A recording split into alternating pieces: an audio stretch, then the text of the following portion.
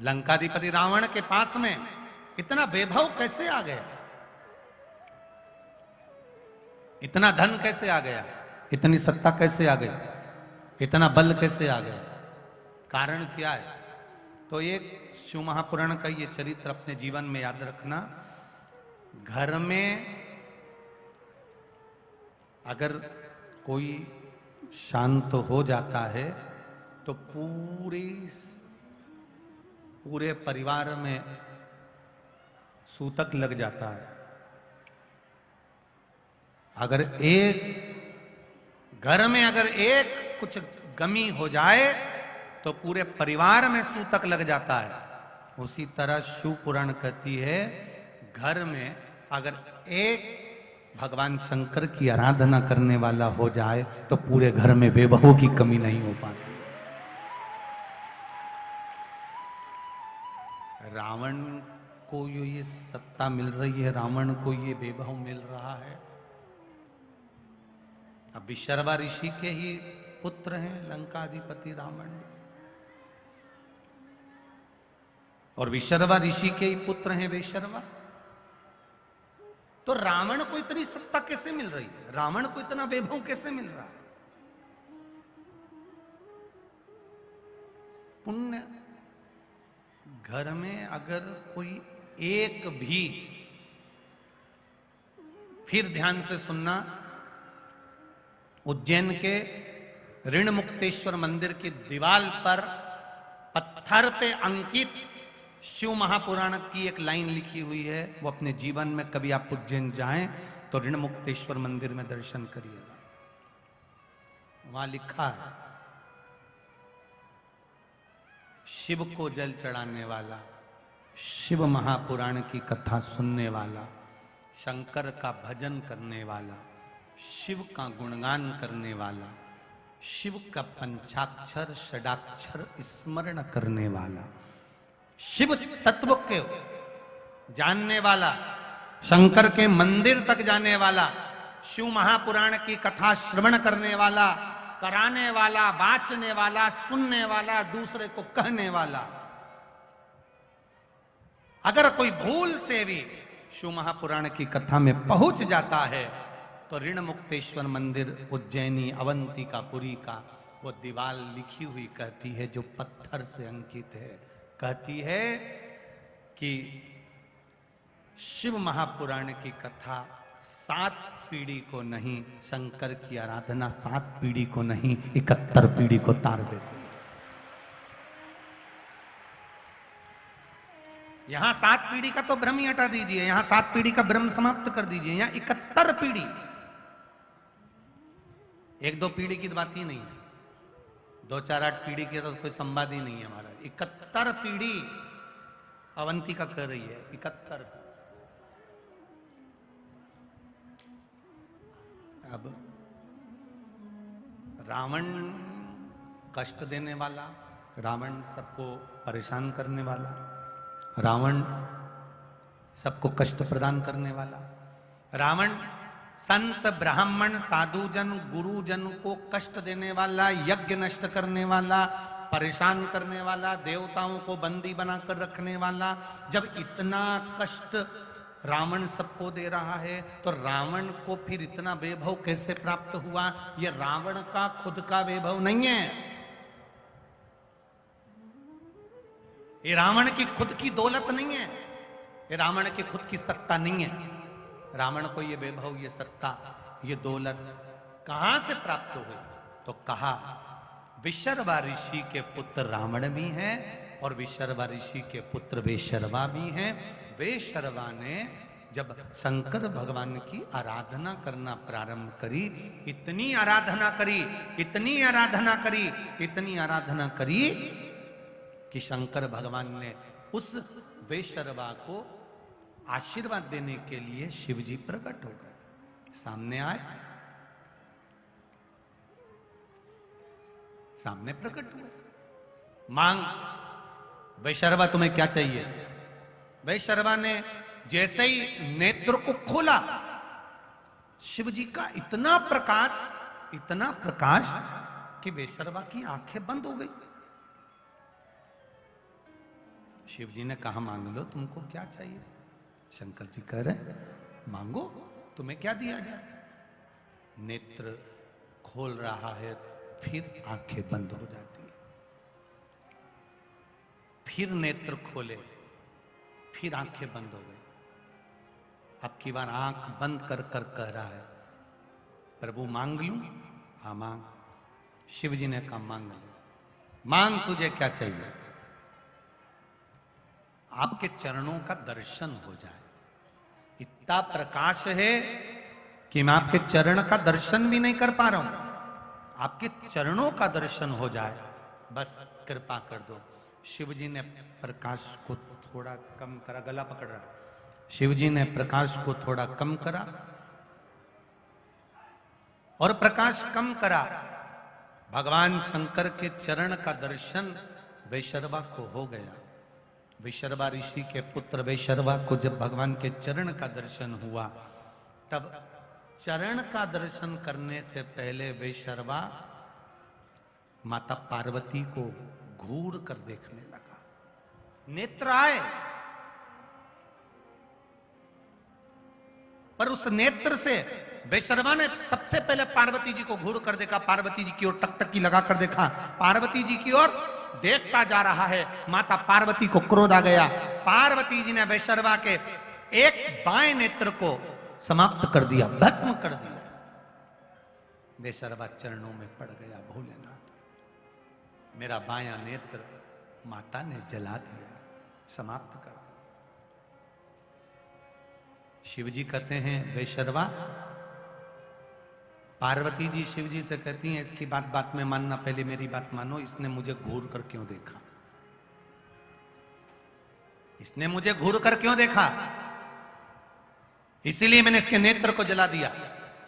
शंकर भगवान पार्वती जी से कहते हैं पार्वती जी तुम समझ नहीं सकती, ये आपको टकटकी लगाकर इसलिए देख रहा था कि पार्वती जी तुमने कौन सा पुण्य करा, ऐसी कौन सी तप साधना तुमने करी जो आप शंकर जी की अर्धांगिनी बनकर बैठ गई, इसलिए देख रहा था।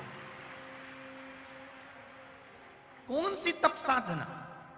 ये सिसोदिया परिवार कथा करवा रहा है। मैं कहूंगा इनकी कौन सी तप साधना? ये उमा पब्लिक स्कूल में कथा हो रही है, इनकी कौन सी तप साधना? कथा 62 सेक्टर में होना थी।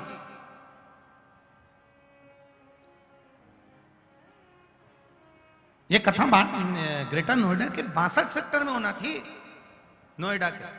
पर ये कथा वो 62 सेक्टर से चलकर अगर ये 11 नंबर में पहुंची है, इकोटेक में पहुंची है, ये उमा पब्लिक स्कूल में पहुंची है, तो जरा विचार करिएगा कौन सा पुण्य ये सिसोदिया परिवार का कौन सा पुण्य होगा जो ये कथा करवा ली, और ये कौन सा पुण्य होगा जो कथा यहां हो गई। ये पुण्य देखिए, और उस पुण्य में भी 4 चांद लगाने के लिए ददरोवा धाम से संत जी हमारे बीच पधारे, संतोहन हमारे बीच में विराजमान है। ये कृपा नहीं तो और क्या है? घर जाते जाते ऑटो में बैठकर, गाड़ी में बैठकर आप अपनी किस्मत को जरूर विचार करना कि मैंने कौन सा पुण्य करा था कि इतने दिन से टीवी पर कथा सुन रही थी, आज पंडाल में बैठकर कथा सुन ली। पुण्य कौन सा?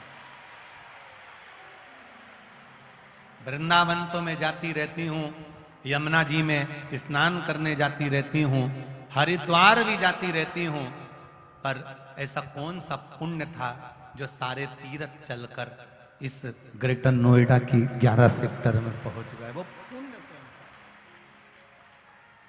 विचार करिए। 2 पुण्य पर, एक शिव महापुराण की कथा में जाओ या टीवी पर कथा सुनो तो अपने आप को गौरव महसूस करना कि मैंने कोई पुण्य अच्छा करा था, और एक आपके घर में अगर बेटी जन्म ले ले, आपके घर में अगर बेटी का जन्म हो जाए तो अपने आप को गौरव महसूस करना कि सारे तीर्थ मेरे घर में जन्म ले लिए। सारे तीर्थ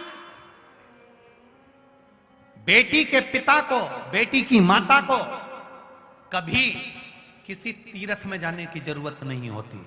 अगर बेटी घर में जन्म ली है तो सारे तीर्थ उसके घर में आते हैं। बेटी के माता पिता को कभी तीर्थ जाने की जरूरत नहीं पड़ती। बेटी के माता पिता, जिस बेटी ने तुम्हारे घर में जन्म लिया है, बस बेटियों से एक बात कहना चाहूंगा, माता पिता के घर में बेटी जन्म लेती है तो माता पिता को तीर्थ जाने की जरूरत नहीं पड़ती। सारे तीर्थ बेटी का जहां जन्म होता है वहां आ जाते हैं। बस बेटी से एक निवेदन है कि अपने माता पिता को कन्यादान का मौका जरूर देना, कहीं गलत जगह मत चली जाए।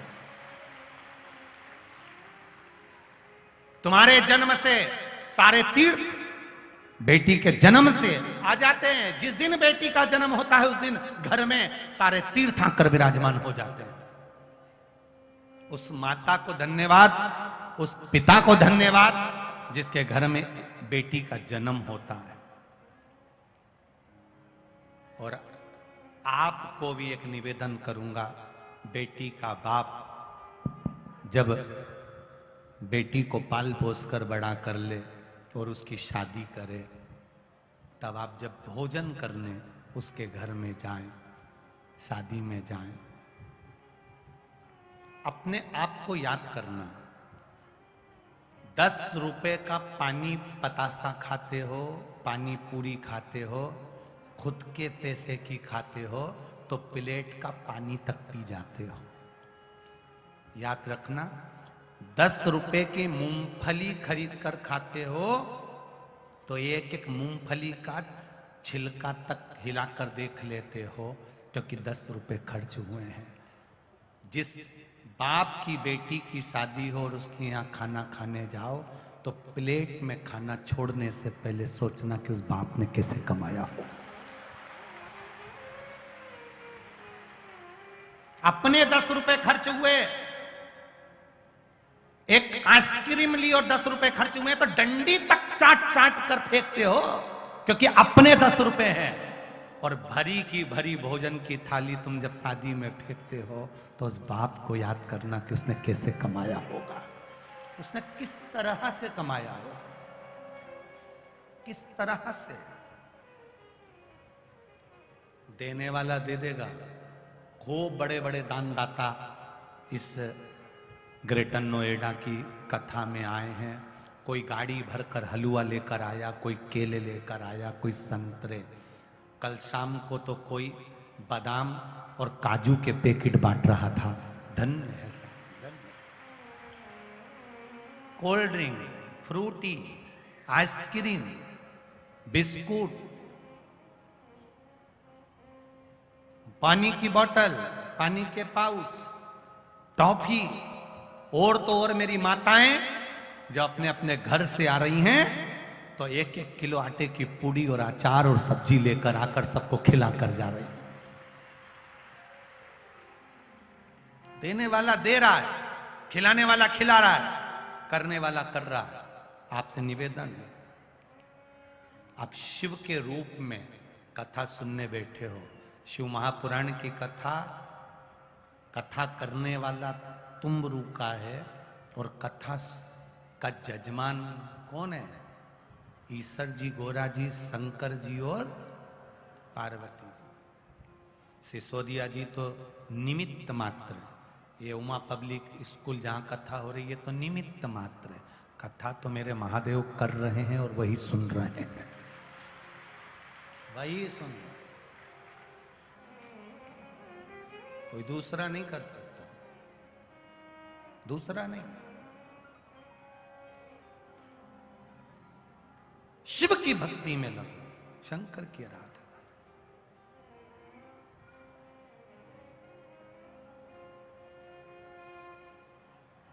जब शिव भक्ति में लगोगे तो जीवन का एक आनंद पा जाओ।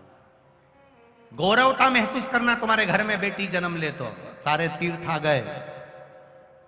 बेटी के कन्यादान में जब जाओ, भोजन करने के लिए जब जाओ तो स्मरण करना कि अपने पैसे खर्च होते हैं तो 10 रुपए की पानी पतासा का पानी भी पूरा पी जाते हैं। अपना पैसा लगता है तो मालूम पड़ता है कोई बेटी के बाप ने कैसे इकट्ठा करा होगा। 500 रुपए की थाली, 300 रुपए की, 700 रुपए की, 800 रुपए की भरी भराई फेंक दी। सोचो, गिनने से पहले सोचो।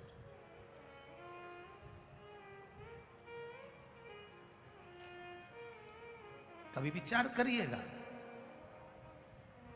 कितना दान, कितना धर्म। ग्रेटर नोएडा के जितने भक्त लोग यहाँ पर जितने दूर दूर से गाड़ियां भर भर के सामान ला ला कर बांटे हैं, मेरा तो मन करता है नीचे उतर के आपको दंडवत करूं कि आपकी भक्ति कितनी प्रबल। विशर्वा के पुत्र वैशर्वा जी माता पार्वती जी से शिव जी कह रहे इसने तेरे को देखा इसलिए था कि तूने ऐसा कौन सा पुण्य कर दिया था, कौन सा पुण्य करा जो तू शिव जी की अर्धांगिनी बन गई, तेरी तप साधना कितनी प्रबल होगी, इसलिए ये तुम्हें देख रहा था और तुमने इसकी आंख भस्म कर दी, इसका नेत्र जला दिया। तुमने ठीक नहीं करा पार्वती। पार्वती जी कहती है मैं अपनी गलती की क्षमा मांगती हूं, आपसे निवेदन करती हूं, 2 जन्म पहले यज्ञदत्त ब्राह्मण का पुत्र गुण निधि था, ये शिव मंदिर में चोरी करी थी इसने, बाद में ये दम नाम का राजा बन गया, फिर छूटा, वैशर्वा के नाम से ये प्रसिद्ध हो गया। पार्वती जी कहती है सब बात भूलती हूं, इसका नाम, इसने मुझे गलत भाव से देखा था इसलिए इसको मैं कुबेर कहती हूं। अब आप इसे वर दो कि ये कुबेर के सिंहासन पर जाकर बैठ जाए, इसको कुबेर बना दिया।